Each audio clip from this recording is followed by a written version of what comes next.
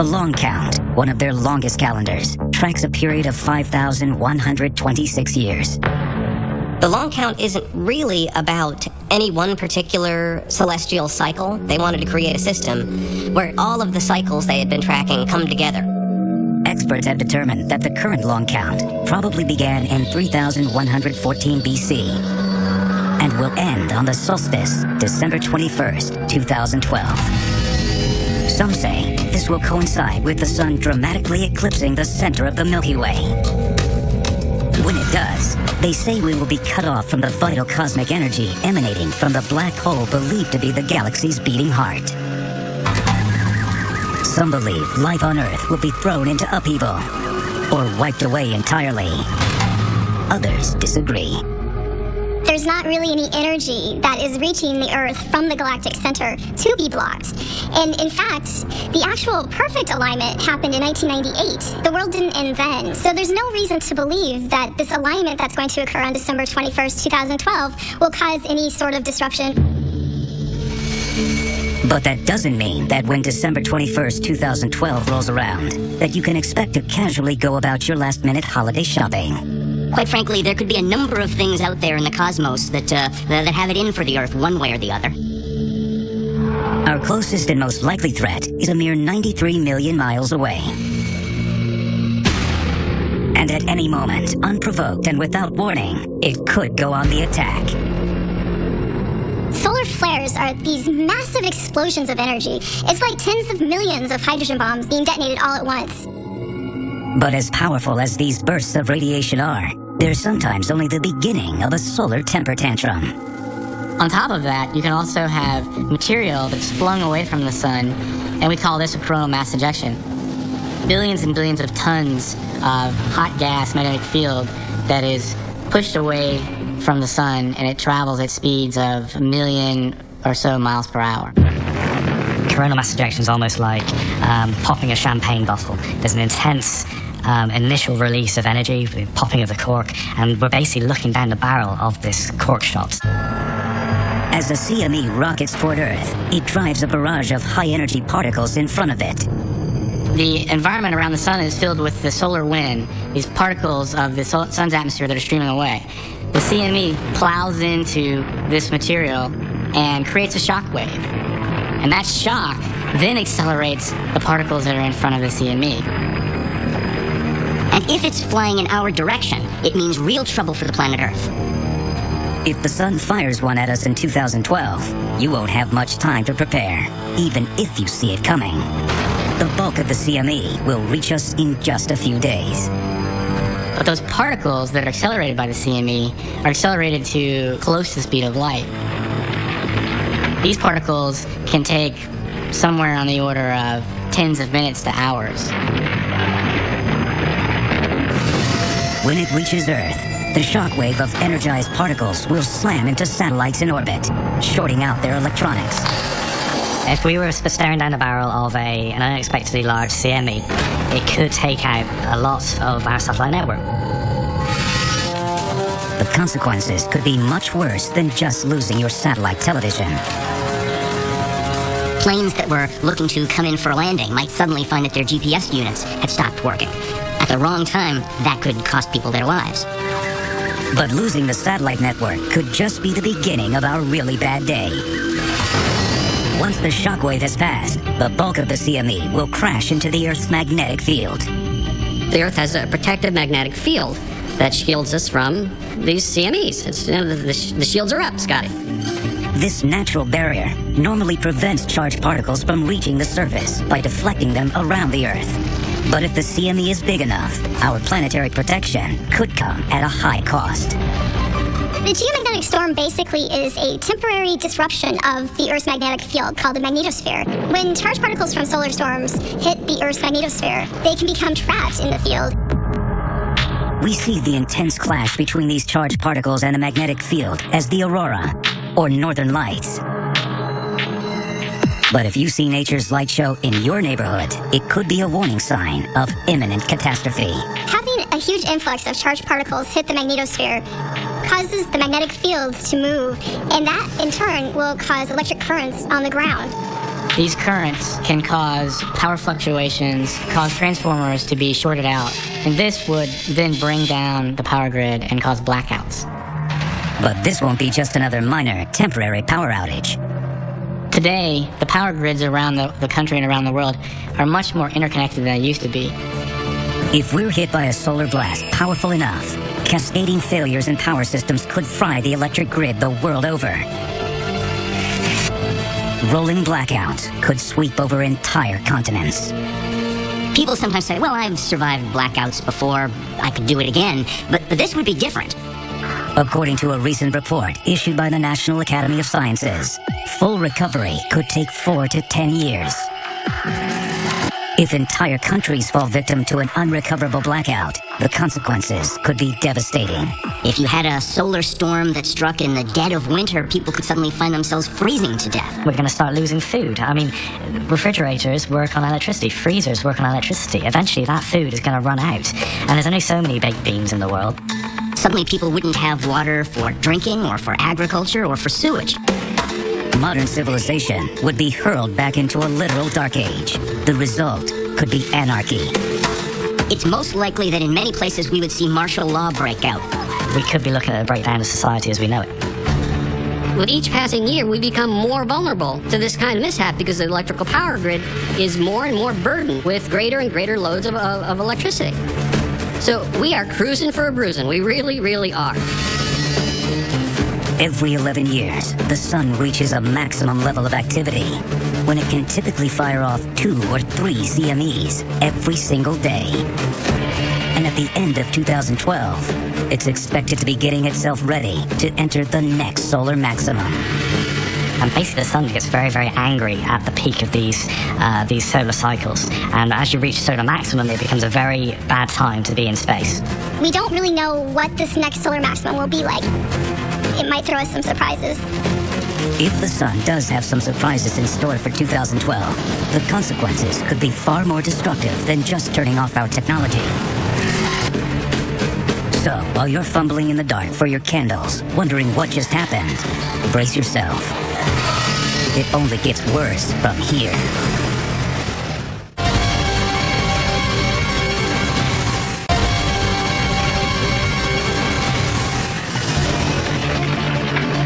The burning out of the world's satellite network and the frying of power grids could only be the initial beating we might take in 2012. Lately, there have been fears that our planetary security guard is falling asleep on the job.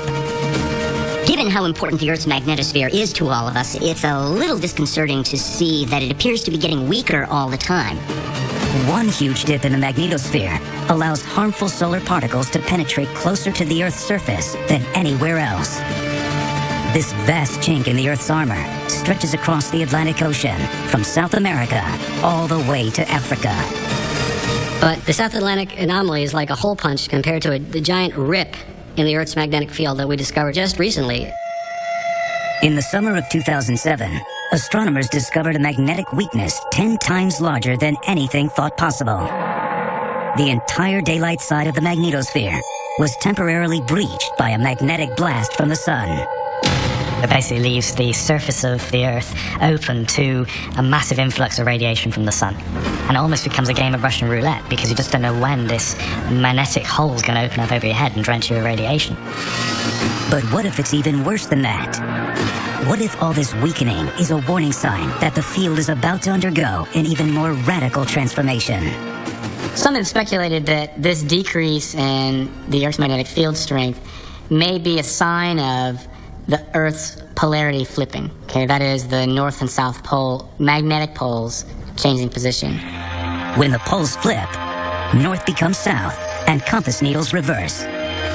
A lot of doomsday fanatics confuse that with the idea that the north and south physical poles are suddenly going to swap places. They suddenly imagine that the Earth is going to start spinning in a completely different direction. That is not what happens at all. The continents and the orientation of the Earth in space stays exactly the way that it does. But a reversal in the magnetic field could still turn life on Earth on its head. In the process of the magnetic field flipping, there will be a point at which it's very, very low, it's very weak. If the magnetic field is significantly small, it could be quite devastating. If we have this weakening magnetic field of the Earth, this means when the Earth is hit by solar particles, they're going to be able to penetrate deeper. These particles are going to slam into the outer atmosphere, the stratosphere, and create nitrates. And these nitrates are going to start eating away at ozone. Without the magnetosphere's protection, each consecutive solar burst would do more and more damage to ozone molecules. Our ozone layer would be ripped to shreds. If our ozone layer gets damaged in some way, we could see more UV radiation coming through, so in which case UV radiation isn't that good for us. Cancer rates would go up. If the UV levels were high enough, it would be dangerous to go outside without significant amount of protection. But if your plans to enjoy a summer at the beach are all that get ruined, consider yourself lucky. Under a barrage of UV radiation, photosynthesis in plants would drop, and ocean plankton would die.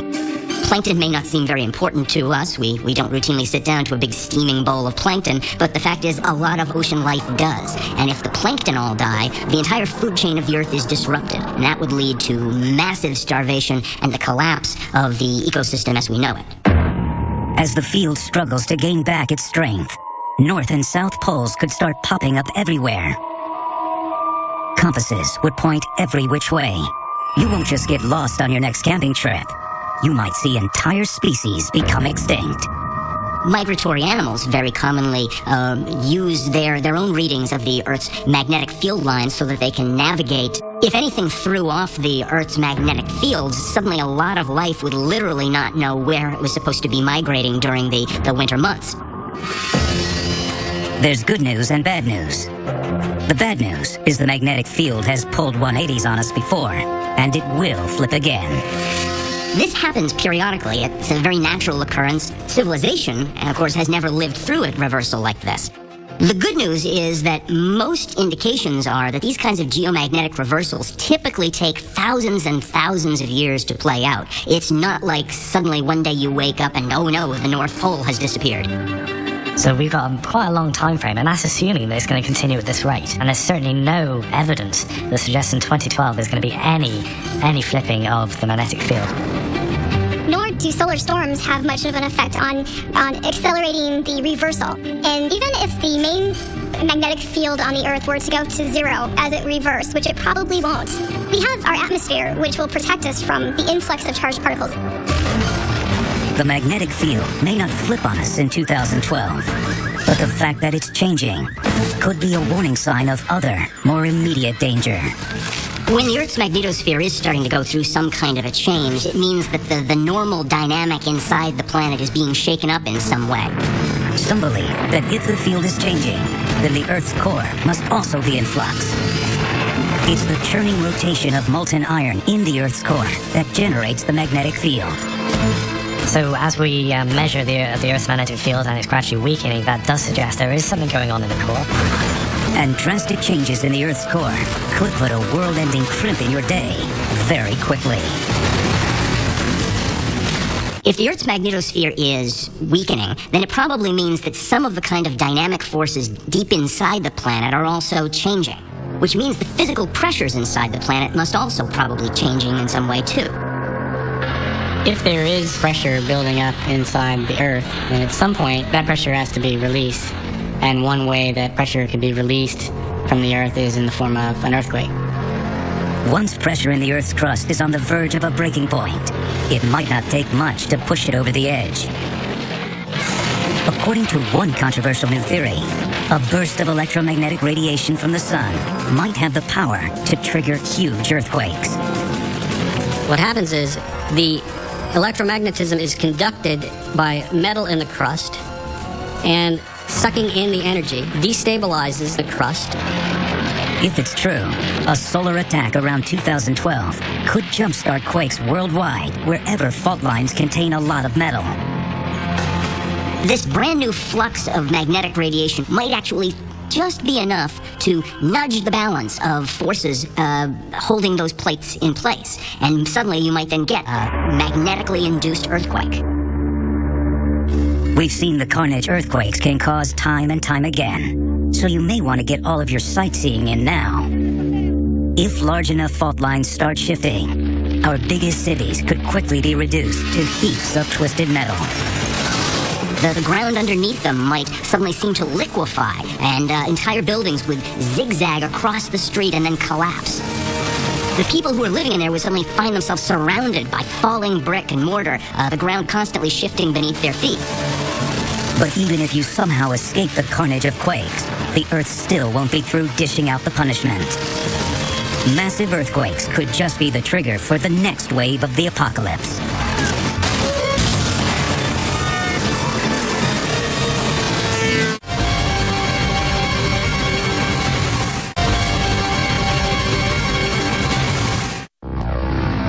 In northern Sumatra, 2004, one of the largest earthquakes ever measured struck off the coast.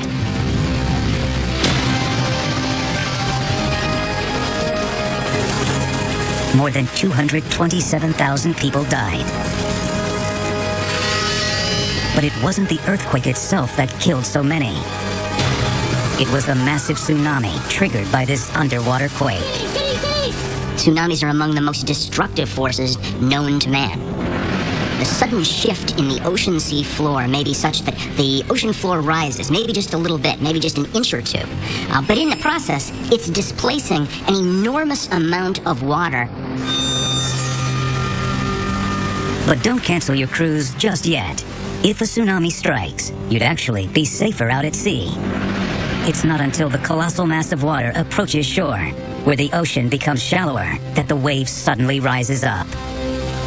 And it starts to pull water away from the coastline and form itself into a gigantic, devastatingly strong wave. So imagine one day you're sitting on the beach, enjoying yourself, clear sky, having a perfectly good time, and you look down toward the shore and you suddenly notice that the ocean is receding. Fast. Faster maybe than you could run. Going way back out, miles and miles and miles. If you saw that, well, that will probably be one of the very last things you will ever see, because that means that a tsunami is coming in. If 2012 brings more and more earthquakes, they're sure to cause more and more tsunamis. So if a fault in the center of the Pacific suddenly shifts, cities could be underwater in a second. Say if the fault suddenly shifts in the center of the Atlantic Ocean, the whole east side of the United States is going to be open to a tsunami. And quakes aren't the Earth's only tsunami factories. Volcanic eruptions at sea can also set off these deadly waves. And some scientists believe one potential killer is lurking in the Atlantic Ocean on the Canary Islands off Africa. An active volcano called Cumbre Vieja. If it blows, scientists don't think it's the lava you should worry about. If Cumbre Vieja should suddenly erupt, most geologists think there's a very good chance half of that volcanic mountain will slide down into the sea. The massive landslide would cause a dome of water close to 3,000 feet high and several miles wide to rise up and then collapse. The result would be a mega tsunami, a wave higher than any in recorded history, traveling close to 500 miles per hour. We're talking about a mega tidal wave, something that would be hundreds and hundreds of feet high. So if something like that were to travel from the Atlantic and head towards the east coast of the United States, head towards Europe, then miles and miles of shoreline would be completely inundated with water. The carnage worldwide could be unimaginable. Roughly 40% of the world's population lives within a few dozen miles of a coastline. Our cities would be like sandcastles along a beach shore, and suddenly waves just coming in, crashing down and destroying them completely. And when it went back out, it would pull out everything that was in its path. Cities would not be flooded, cities would be flattened. As catastrophic as an eruption of Cumbre Vieja could be, you should count yourself lucky if that's the only hotspot that goes off. Imagine an explosion so big, it's like 1,000 Hiroshima-sized atomic bombs going off every second. In an instant, the shape of North America is altered forever.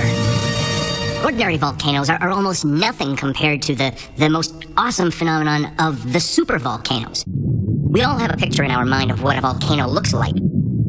In contrast, a supervolcano can have an area that is hundreds or thousands of times larger than that of an ordinary volcano.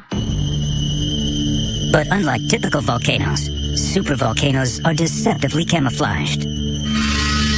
Of the dozens we know to exist, most are hidden away on ocean floors. Those we can see on land take the shape of a huge depression in the Earth's crust, called a caldera. You could be standing on top of one and never know it. In fact, many Americans are. Most visitors who come to Yellowstone don't realize that they're visiting one of the world's largest active volcanoes. That takes a lot of energy to power all the hot springs, mud pots, geysers, and steam vents. And that heat comes from the molten rock that is relatively near the surface of the Earth in Yellowstone. One look at Yellowstone's rap sheet shows it to be a violent repeat offender. Lately, it blows its top approximately every 600,000 to 800,000 years. And its last catastrophic eruption struck about 640,000 years ago. We know that the Yellowstone supervolcano has moved into the red zone, meaning that it could now erupt at any time. But supposing there were a way for the sun to set off earthquakes in 2012, might it also be able to trigger the next cataclysmic Yellowstone blast? According to the theory, a sudden, sharp, massive injection of solar energy, as might well occur in 2012, could be the electrical prick for the magma balloon that's ready to burst in Yellowstone or any other supervolcano that's in the red zone. If Yellowstone blows, the force of the blast will annihilate everything in the immediate vicinity. Miles of ground above the caldera will collapse, creating an avalanche of molten rock and superheated gas. This 1,000-degree cloud can tear across the ground at 100 miles per hour. This is what's called a pyroclastic flow, and it is what will be the most devastating phenomenon for the people in the immediate vicinity. This huge wall of super hot rock that will be flowing rapidly out of the supervolcano off in all directions for tens of miles and destroying everything in its path. Even if you live far from Yellowstone, you're still not safe. A gigantic plume of volcanic ash and gas will be shot into the air. Most of the U.S. will be buried under smoldering ash several feet deep. Not even those watching in horror on the other side of the world would be safe for long. Picked up by the winds, the ash and gas cloud would spread around the globe. The amount of soot and ash in the sky will be so huge that even at noontime it will blot out the sun. Once the atmosphere is filled with stuff, there's not a whole lot you can do about it. You just have to wait for it to dissipate. It would create what we would call a nuclear winter. It will become cold, there'll be no light, plants and animals will start dying. And then you've got famine. And with famine, you have disease. It would be as cataclysmic as when the dinosaurs were extinct. But it's not the dinosaurs we're worried about, it's us. There may be no way to defuse this ticking time bomb. We do not believe there's any method that would help control an eruption. And in fact, we don't even know if by attempting, let's say something like drilling, we may not trigger an eruption. You got a balloon that's ready to pop, the last thing you want to do is prick it.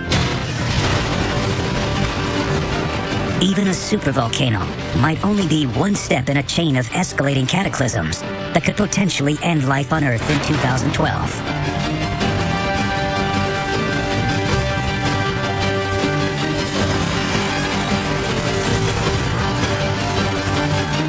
And some doomsday theories suggest that if the balance of Earth's landmasses is thrown out of whack, all of the ground on the Earth could suddenly spin around the core of the planet.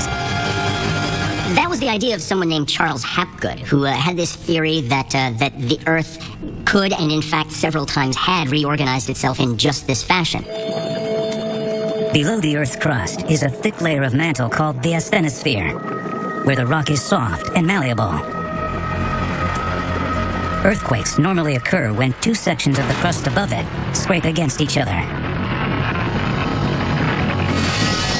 But in Hapgood's theory, a large enough imbalance on the surface could set the entire crust sliding over the asthenosphere at once. To Hapgood, it seemed possible that the crust could spin around completely independently of the mantle itself, so you could just roll the outer crust over it. Of course, imagine what it would be like trying to live on the crust when that happened. It would be very bad, to put it plainly. Some sort of quick, large-scale movement of a piece of the crust is going to cause earthquakes. It's going to cause tidal waves. It would be catastrophic. This isn't just one version of the apocalypse. This is every version at once. And Hapgood theorized that the horrific destruction would only be amplified by the fact that the Earth isn't a perfect sphere. It bulges at the equator. If you imagine if you had a point on the North Pole and if you had a point on the equator, the point on the equator is going around at quite a rate, so it has a higher angular momentum. If you have ever experienced being on a merry-go-round and holding on to the ends, it wants to pull you off. And that's the same force that the spinning object, such as the Earth, is experiencing. So it's pulling the material closer to the equator and having it slightly bulge out in the middle. Given that the Earth is not perfectly round and the crust hugs it very solidly, well, that means that areas that were moving across the equator would suddenly now have to stretch, and they would most likely start to break open. And we would be looking at severe earthquakes and giant fissures that would periodically open up as the crust was trying to stretch. You can imagine what would happen to any cities that were built along those areas. It could be a very, very bad day on Earth. We just simply cannot deal with something this big. When Hapgood's theory was first proposed in the 1950s, Albert Einstein thought it deserved such serious attention that he wrote the foreword to Hapgood's book himself. Luckily for you, scientists today disagree. This is not a very well-respected idea among geologists. All the evidence from geology is that that's not how the crust works. Even if you assume that theory is correct, the amount of energy that it would take to cause that would kill us instantly. You wouldn't have any time to worry about the poles shifting. Mega earthquakes and supervolcanoes may still be in the cards for 2012. They're just not likely to be caused by an enormous crust displacement or the sun. It's not going to be the thing that causes those types of catastrophes. Even the very strongest flares that we've seen up to date, in 2003, cities didn't crumble to the ground. There wasn't mass destruction. We seem to weather those pretty well. But the sun may not be our only threat in 2012. There's probably only one scenario that could cause world-ending destruction on par with crust displacement. Pretty much the only thing that you can imagine that would flip a planet over on its side like that would basically be a collision with, well, almost another planet. Unfortunately for Earth, space is full of really big things just floating around looking for something to slam into. And doomsday prophets have a 2012 prediction about that, too.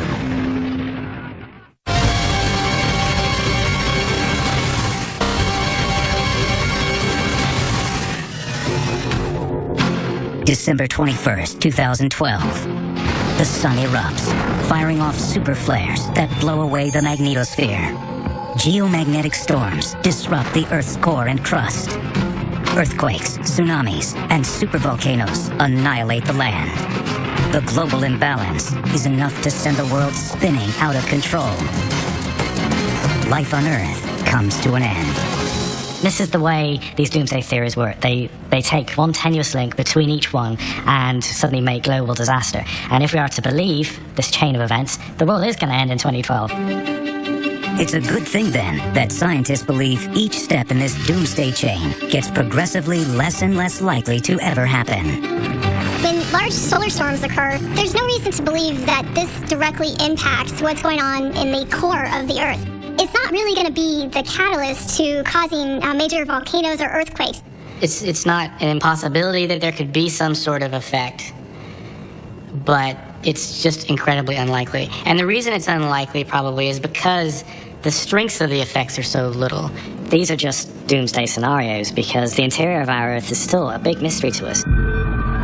But the Earth doesn't have to be destroyed from within.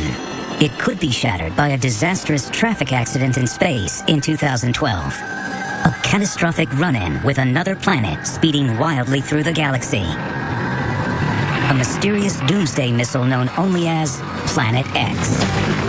Planet X is a hypothetical planetary body that's traveling through the outer regions of the solar system. And basically the theory is, as this Planet X passes through the inner solar system, its gravitational influence will have all sorts of effects on not only on the Earth but also on the Sun. It could actually trigger some planet-killer solar flares from the Sun. Almost every possible disaster would happen simultaneously in that case. Volcanoes, earthquakes, tsunamis, everything you can imagine would break loose. At that point goes the theory Planet X might actually be able to knock the Earth into a different rotation, and it would be a global cataclysm. There would be nothing you could do, nowhere you could hide, no way to survive. If Planet X did appear in 2012, there's one place I wouldn't want to be, and that is on planet Earth. When it comes to Planet X, there's only one thing standing between Earth and total annihilation. Planet X, in a word, doesn't really exist.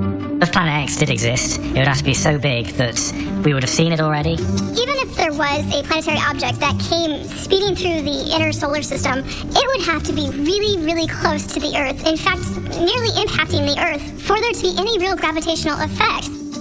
But it wouldn't cause immediate devastation or destruction or earthquakes or any of that.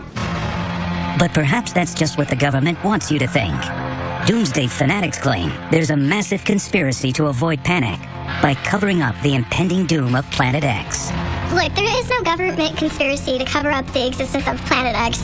And if there was this large planetary object going to reach the inner solar system within 3 years, even amateur astronomers would see it. The government isn't covering up the existence, it just doesn't exist.